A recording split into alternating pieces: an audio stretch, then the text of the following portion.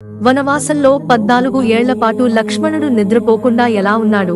రామాయణం ప్రకారం సీతారాముళ్ల వనవాసం సమయంలో వారితో పాటుగా లక్ష్మణుడు కూడా ఉన్నాడని చెబుతాయి. అయితే వీరి వనవాసం 14 ఏళ్ల పాటు సాగింది. ఈ వనవాస సమయంలో లక్ష్మణుడు సీతకు రక్షణగా ఉండేందుకు 14 ఏళ్ల పాటుగా నిద్రపోకుండా ఉన్నాడని పురాణాలు చెబుతున్నాయి.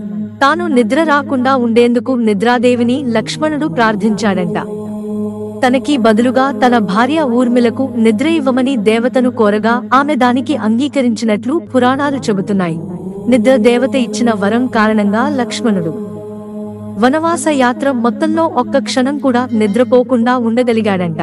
నిద్రదేవి విశ్వం సృష్టికి ముందే ఉద్భవించిందని మార్కండేయ పురాణం చెబుతోంది.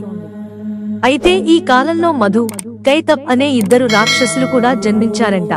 వీరు బ్రహ్మ దేవుడిపైకి రావడంతో ఆయన విష్ణువుని సహాయం కోరుతాడు. అయితే ఆ సమయంలో విష్ణువు యోగ నిద్రలో ఉంటాడంట.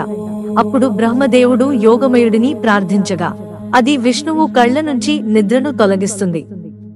దీంతో విష్ణువు ఒక్కసారిగా కళ్ళు తెరుస్తాడు.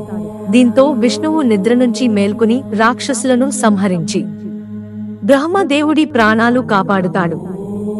దీంతో బ్రహ్మకు సహాయంగా వచ్చిన ఈ యోగమయుడు నిద్రదేవిగా ప్రసిద్ధి చెందింది.